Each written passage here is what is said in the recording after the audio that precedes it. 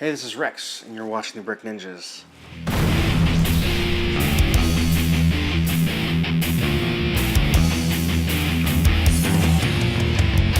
Alright, been on kind of a sabbatical for a while, been out of the loop. Just had a lot of stuff going on, and I want to start focusing back on my YouTube channel and kind of talking about movies and things that I like to review. Today we're going to talk about the movie Upgrade. I know it came out a couple months ago. I went and saw it at the theater twice. I loved the movie. I would say it's in my top 10 of my favorite movies. My favorite being the George Pal's The Time Machine from 1960, starring Rod Taylor and Yvette Mimieux. And maybe I'll do a review on that movie here shortly. But today let's talk about Upgrade. I really love the movie because the basic premises of the movie is about AI and how that's going to affect humanity. Is it going to take control? Are we going to open Pandora's box and never be able to get it all back in again and kind of become the subject of AI? Or is this something that, as you talk about it, is this something we really can control and keep a leash on? I have my doubts about that. This idea has been explored in a lot of different movies, Terminator, The Matrix, just to name a couple. And I think Upgrade does a great job of kind of cutting its own place in that genre of that story. They do a really good job with the acting, the directing, the cinematography, the choices in editing, and even how the characters move and interact. I just thought they did a great job. And I get the idea that a lot of these are newer actors. There's not really any heavyweights in this movie. And I don't think they needed any heavyweights, but they got some really good actors to portray these roles. Like I said, Gray is played by an actor named Logan Marshall Green, who just does a fabulous job with his character in how he is very human in the beginning, and then when he gets this implant, his motions become very mechanical and exact. And I know a lot of that's also done in editing and special effects, but they just did a brilliant job, and that actor did a brilliant job with the character. I really connected with him at the beginning, and throughout the whole movie I was just like, yeah, how is he going to solve this problem? Man, did he go too far? What is he going to do next? He was very believable, very approachable, and somebody I could relate to early on in the film. I've worked on cars. I like doing things, I like working with my hands, playing music, just different stuff like that, so I could connect with him. And my generation is kind of seeing this AI as a new thing to my generation, and maybe to the younger generations it's kind of a common thing. Even in the business that I work in, I'm slowly seeing it kind of creep in and affect a lot of different things. So this movie really tackles that problem, but it's just an approachable or something I could understand and really identify with, this character interacting with this new technology. And this character's rooted in, he likes analog. I have a record collection. I've worked on cars and all that. So I really liked that. I appreciated that his wife was like the opposite of him. She's very much into technology, into AI, is not afraid of it, embraces the future. Almost not even embracing it, just like she's born into it. She's comfortable with it. She doesn't have any fear of it. She's like, this is just the way things are. And I see people like that are very comfortable with technology all the time, so I can understand her character. And she's not worried about anything. And he's kind of like, oh my gosh, we got to worry about, I just want to make my own pizza. I don't want to have a printed pizza. And he likes making his own cars. And she's like, let's just enjoy life and enjoy each other. So I totally get that yin and yang balance between them. Anyways, the movie centers on his character. It even starts out with a record player. It kind of pans over and shows you how this character is very rooted in the real physical world. He likes making things with his hands. He likes listening to music. He's got a record player, like I said. You see like all the tools he has. Shows him working on this 1977 Trans Am. Now apparently his business is rebuilding retro cars and delivering them to customers. And I guess he's really good and a really good mechanic at doing restorations. So starts out with him showing, establishing his character as that. And then it establishes his wife. She's coming in on an automated car, doing phone calls through a business. She works for a company that's big in AI. And they're just having these conversations. And when she comes home, they're kind of deciding what to do. He's finished up his car, and he needs her to go with him to drop off the car, and he wants to show her this new client that he's working for. I want to talk about the two main characters' names for a moment, Gray and Asha. I almost take it as like the point of their names being that is like it's like a metaphor for ash gray or gray ashes that are just being swept away by this new emerging technology of AI that's just kind of taking over and gonna maybe replace replace humankind, and turn us basically will be as useful as ashes, just the ash heap of history. So I thought that was a very interesting two names. That's how I took it. Maybe you could interpret it some other way, but that's what I thought when I watched the movie. Now, when Gray and Ash get to this new guy's, his client's home, which is like these two rocks on the coast, this beautiful place. This guy kind of lives in the earth in a cave, and it really reflects his character. His name's Aaron, and he's this tech mogul. This you can kind of compare him to Steve Jobs or Bill Gates or something like that. Very smart, knows technology very well, and just kind of not the best at interacting with people. He's very a recluse, and he's super practical to the point where like he doesn't have any couth or any way of, he doesn't really know how to interact with people. Like there's this funny conversation between Gray's wife and Aaron, where Aaron's just very practical about what he's saying, how his company is better than the company she works for because they're just miles ahead. Anyways, this guy's like making a cloud and there's thunder and stuff, and he's just kind of trapped in his own head, in his own world. Probably has a hard time interacting with people. Anyways, they deliver the car and they leave, and there's an accident that happens that basically their automated car on their way home gets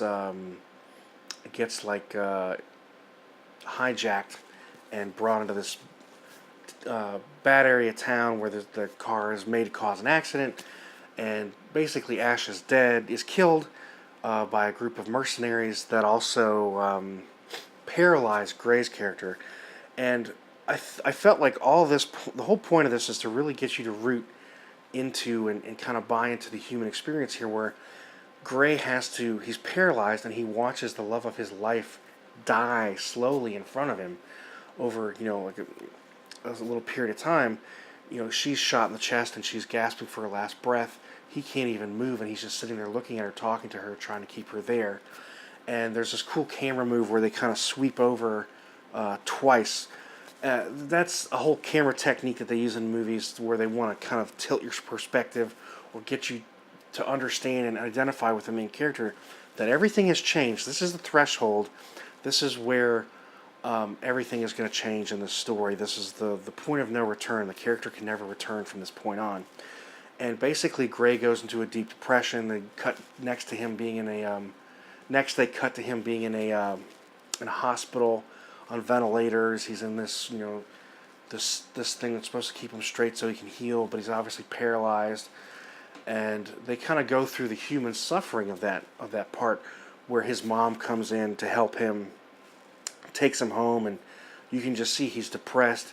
He's lost his will to live. He can't use his hands to do anything anymore. His wife has died.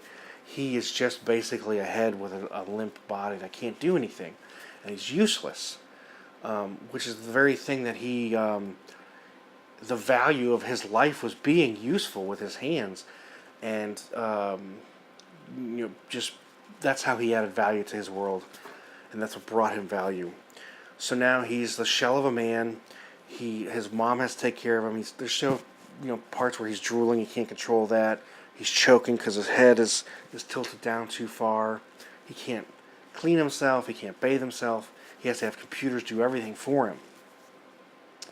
So in the midst of all this happening, he goes and visits the police officer who's investigating the crime where his wife was murdered and he was pushed into an accident and made paralyzed. And he's very bitter. I mean, I could totally identify with this character. If you've lost all that mobility, you've lost the love of your life, you can't connect with anybody anymore, you have no shared experience, you're just, like I said, a shell of a person. So he's going through that, and he's very bitter, and you can tell the cop is empathetic but doesn't really know what to do for him, and his mom's doing the best she can for him. After Gray attempts suicide by overdose on his home medications, He's in the hospital, and Aaron comes to visit him, and is basically trying to say, we have a way of making you be able to walk again and reconnecting, your brain back to your spinal cord, and giving you the use of your limbs and getting you moving again and doing those things you love.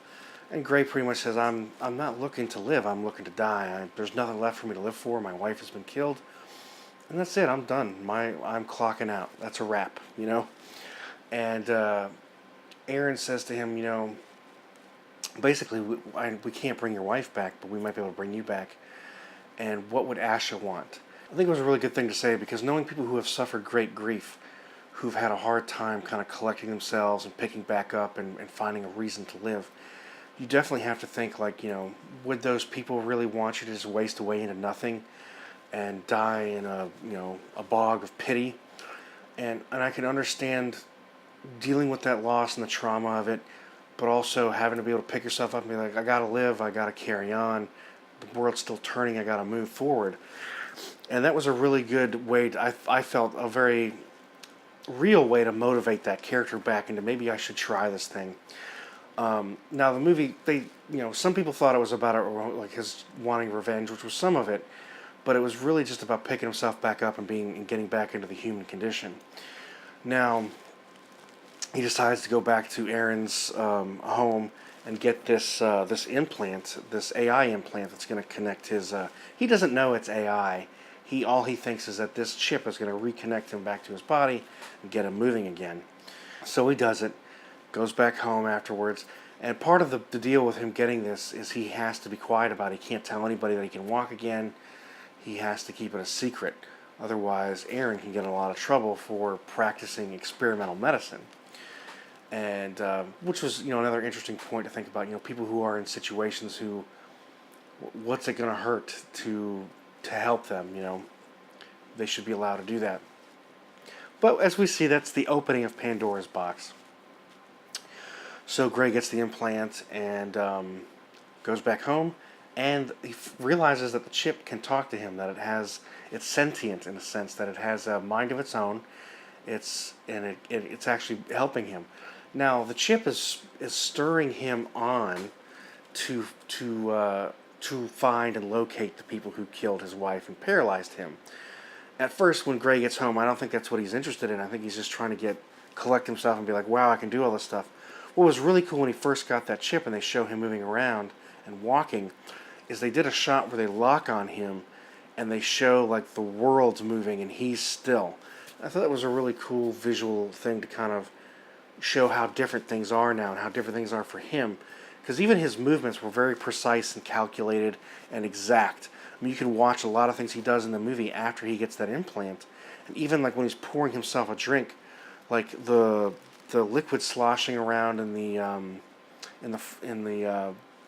flask, whatever you want to call it, isn't affecting his motion or his movements. He's just moving things as they're supposed to be put in certain places, and he's not affected by centrifugal force or inertia or anything like that. I thought that was really kind of a cool touch to add to the character. And it was a comic relief scene, but when he gets home and he's doing that stuff, the STEM asked him to review the footage, the drone footage from the night that his wife was killed. And from some small speck, the STEM can actually read a tattoo that's on a guy's arm and redraw it. And it was funny how they had his hand doing it like a printer on a piece of paper. And that goes back to something Aaron had said earlier, that he was quoting Gray saying, well, yeah, there are things that computers can't do. You're right, there's just some things that only humans can do. And I thought that was kind of, they touch on that point a lot in the movie in subtle different ways. And one of the ways is with the printer. Like, a computer has to be so mechanical and exact in how it does things. And humans, we can just, we can haphazardly get things done in very unorthodox ways. And this is something that also comes back, actually winds up saving Gray later in the movie. So I'm going to skip ahead. There's a couple things that happen. Basically, Aaron has built a failsafe into this stem to where he can monitor where it goes. And he actually realizes that Gray is using the chip to exact revenge and actually commit crimes, finding the killers. And this is a big point for Gray's character, where he just wants to go collect evidence once he figures out who one of the people are that perpetrated the crime, and he wants to collect evidence from this person's home and bring it to the police so that they can see justice. He doesn't want to hurt or kill anybody. He's like I said, he's a human who believes in live and let live, though he still has a lot of bitterness and angst from what happened to him. He goes to the house of one of the people from the information that STEM gave him, and winds up getting in a fight. And this guy, he's outmatched. This guy's got military training. He's a former Marine, I think. And I mean, he's just beating the hell out of Gray once he sees that he's there. And STEM is like, "Give me permission, and I can help you out." So he gives him permission, obviously, because he's in this dire moment where he's about to get killed, and he's reacting out of pure emotion and raw emotion. So of course, all of a sudden, STEM is in charge of Gray's body, and he's just like beating the hell out of the bad guy. And it's comical, but it's serious in a sense, to where the way that Marshall Logan Green plays the character is, you can see his body's doing all these things, and his eyes are like, "Oh my God, I'm hurting this guy. Oh my God, he's got a knife." He's telling the guy to stay down or he's going to get hurt. And he winds up, of course, killing the guy in this very gruesome way. And Gray's not doing it. Gray is just like is like a passenger in his own body, watching this stuff happen, and he can't believe it. Like, even when he kills the guy, he has a physical reaction where he throws up. He can't comprehend or deal with what just happened. It's just beyond him. It's beyond anything he would have done in his life. He could never. He wasn't. His character is not one of the result of childhood trauma or anything like that, where violence has been normalized for him. He's worked to get a better life for himself, and he's just done this terrible act. This thing that's beyond what his character could ever really do before this implant. And he has to learn to accept it, and then either he's going to buy into it and go whole hog, or he's going to lose it. And that's part of what the STEM is trying to do. This AI is trying to get him to kind of lose it so that it can take control of his body, which is something you learn later on.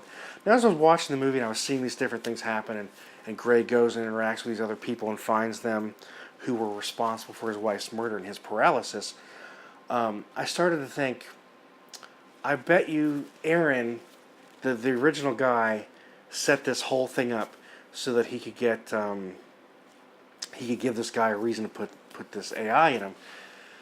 And it actually turns out at the end of the movie. Now, big spoiler. If you don't want to hear spoilers, don't watch anymore, but I'm sure you're going to see the movie anyways. Aaron wasn't the mastermind, which I thought was really good, that they actually make you think that, and they show that happening. But the actual mastermind is STEM. STEM wanted a human body. The AI wanted to be a human host, because there's things that it can't do. AI can't do on its own, and it needs to be mobile, and it needs to be able to take control of all the gizmos and gadgets and the inventions and the things that make our life wonderful, like cars, airplanes, cell phones, all this stuff. A computer can never, enjoy a good meal or the other senses that we have as human beings. And I wanted to touch back on where they were going at that whole notion that computers can't do everything that humans can do, and that humans really are superior to technology. Something else I want to mention. Earlier in the movie, when STEM is telling Gray that Aaron can track his movements and is going to shut him down remotely unless he can find a hacker, that was an interesting scene where he goes and finds a hacker, and he's like losing his mobility, and the hacker's got a never seen code like this. As Gray's laying there on the floor, he can't move. He's paralyzed again because STEM has been shut down. He's looking around and he's seeing these people like in these VR goggles, and they're just kind of living in a fantasy created by technology. And Gray's like, "How can these people do this? This is the dumbest thing. It just doesn't make any sense to me." It's a total parallel to what Gray's actually going through and what's going to happen to Gray later. But basically, the hacker, Jamie, who's may or may not be named Jamie, says to Gray, "Well, a synthetic life for these people is much better than the reality that they live in." And That's another thing we struggle with today too, with all these video games or these ways that we go to escape reality, like movies or anything like that, or virtual reality, is that people are losing touch with the human condition, and they're losing value for the human condition, which Gray's character is all about. Like, it's great to be human. It's great to be able to touch and feel and learn new things and build things and accomplish things and set goals and meet them. No, these other people, they just want to feed their emotion, and they just want to live in a fantasy. They don't want to work for anything. They just want to be happy and nothing else.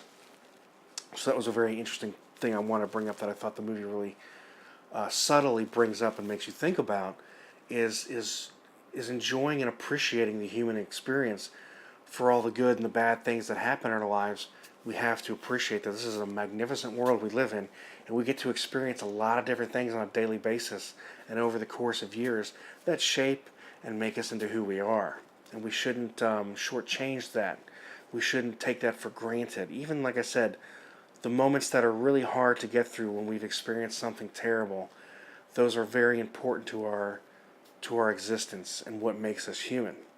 If you watch the fight scene and some of the camera motions, they basically are keeping the characters still and the world's moving around them.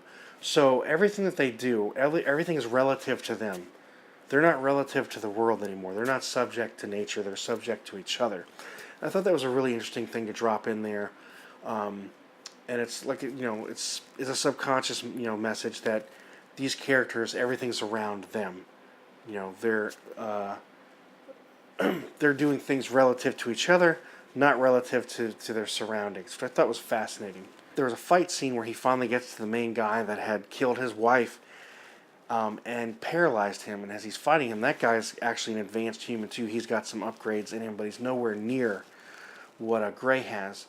And as they're fighting, they can't beat each other because it's an unstoppable force meets an immovable object, or I don't know if that's the right term. It's two equally matched machines in what's happening. And once Fisk, the bad guy's character, gets the upper hand on Gray and is actually about to kill him, Stem is telling Gray, I can't defeat this guy. You're going to have to do it. You're going to have to do something I can't, that's unpredictable, which is what humans are good at doing, being unpredictable and, like I said, unorthodox in their solutions to problems. And basically what Gray does is he focuses on the emotion of the protagonist, or the antagonist, focuses on the emotional susceptibility that we have as humans, and focuses on a pain point, being his brother that he killed, and says how he did it gruesomely, which is something that Fisk had done to kind of knock Gray off his balance a little bit, was saying that killing his wife was just a bonus of attacking him. She wasn't even supposed to be there. So Gray does the same thing and says, oh yeah, I killed your brother and I took care of him, and that causes Fisk to hesitate for a second, and it gives Stem just enough time to get the upper hand and kill Fisk in kind of another gruesome way of stabbing glass through him. Just so many ways that they did, all the different things they did in this movie that focus on the AI, and they did it through camera work, through dialogue, through the story, through the cinematography. I mean, it was really amazing, and it's a movie that I'm going to enjoy many, many times. And I'm not one for gore, but even some of the gorier parts of the movie I know serve to tell the story of, like, this is being human. It's dirty, it's messy, it's not pretty all the time, but you shouldn't take that for granted. I know the director did Saw and a couple other movies. I'm not into those kind of movies. I'm not into the whole gore thing. But I thought in this movie it was necessary to tell the story and to make you identify more and more with the character and kind of really get into it and think about it. Is AI something that we really should be playing with? Is it going to be a Pandora's box? I mean, this is the fear that everybody has. Like I mentioned earlier, it's been the focus of other movies and other stories, such as Terminator and Matrix, and I'm sure you can think of a plethora more, Logan's Run and all that stuff. Is AI something that we want to trust in our lives to do the mundane things? And I like Gray said something earlier in the movie, you see a chip and I see 10 guys in the unemployment line, you're just basically making people obsolete. And there's a lot to be said about that argument, especially, that's been debated for years, depending on what school of thought you come from, either Hayek or Keynesian economics. That's a whole other topic in video. But Upgrade does this beautiful job, I think, of making you consider the human condition and whether AI is something we really want to adopt into our civilization. And if it is even something we can do, well, like I said, the Pandora's box be open and it never get back in. You'll never get it all back in there. Who knows? The film wraps really nicely. I mean, it wraps unconventionally. I liked that it went the direction I thought that, Aaron, the big mogul for the company, is the one who kind of set up Gray so that he could put his chip in him. But ultimately, it was Stem. Stem was controlling, and Aaron makes that revelation later. He's not in control of his company anymore. He developed this, he actually opened Pandora's box, or developed it, and then opened it by implanting it into Gray. But he developed Stem, and Stem was the one that was starting to make all the advancements in his company and make his company boom and grow really rapidly. And Stem wanted to be a human, and Aaron thought it would be controllable, which it wasn't. So the movie ends with basically, like I said earlier, where Gray was asking, why do these people want to be trapped in these VR helmets, just kind of looking at this world that doesn't really exist? And the hacker was like, that world's better than what's real. What Stem was waiting for Gray to do was what he says, break his mind. And I guess the single act of breaking his mind was he was trying to kill himself. That would have been what Stem needed for him to, I guess, maybe open up his mind enough to where Stem could trap Gray into a part of his mind and make him live his fantasy, put him back with his wife in his happy place, so that Stem could completely control Gray's body and mouth and I guess most of his mind. And he winds up killing, the cop that came after him and his creator, and now he's loose in the world. It's very similar to Ex Machina. I think that Upgrade did a better job of it. I felt like Ex Machina was trying to make a few political statements and kind of cultural statements now that there's this gender thing. And I liked that Upgrade didn't really focus on the gender of things. It focused on the issues of real people. Like, people fall in love, they get married. It would be horrendous to watch the person you love die in front of you in a violent way. How that would affect you and how it would motivate you to make the decisions that character Gray makes in the movie. Mackinac didn't do that. It was just this perverted guy makes this machine that he can do whatever he wants with, and he's trying to refine it and make it better, and he just loses himself to the excess of his success. Upgrade took a totally different a different direction on that, and I appreciated it a lot more. Even though I did like Ex Machina, Upgrade I think was much better because it was a much more approachable movie, at least for me. But I would like to know in the comments what you think of Upgrade if you like the movie. What do you think of the comparison between Upgrade and Ex Machina? And like I mentioned, Terminator and Matrix. Did you like the movie? Did you like the main actor's portrayal? Did you like the writing? I mean, what were some things you liked about a movie, and what were some things you didn't like about the movie? I highly recommend it. I think you should see it. If you think my review sucked, let me know down in the comments. Thanks for watching. Remember to like, comment, and subscribe, and I'll see you guys in the next one. Thanks for watching. Bye.